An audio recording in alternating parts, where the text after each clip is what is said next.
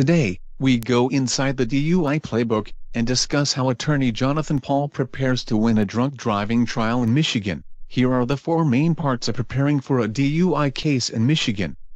Gather all information, predict and dissect the prosecutor's case, and create the best defense for trial. Here is a list of common items which I request during the discovery process. I obtain these items through motions for discovery, and/or FOIA requests. From the information obtained in the discovery process, we learn a lot about the strengths and weaknesses of the prosecutor's case. Here are the 4 categories. Once we have a good understanding of the case, we may file pretrial motions to challenge various portions of the case.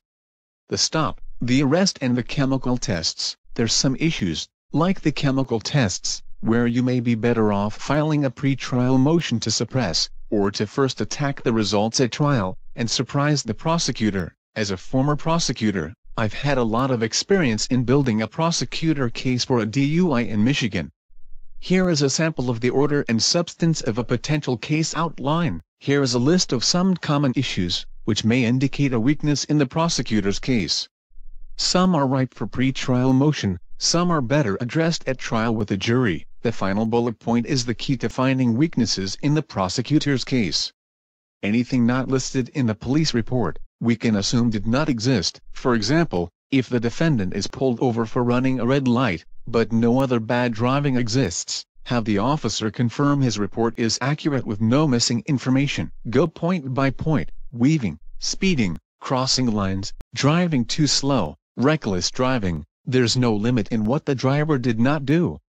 This removes the impaired element. When it comes to your own client's recollection of the case, this information will either be a different version of the officer's recollection, or the complete opposite. Cross-examination is the proper tool of the police officer when your client recalls differences in a fact.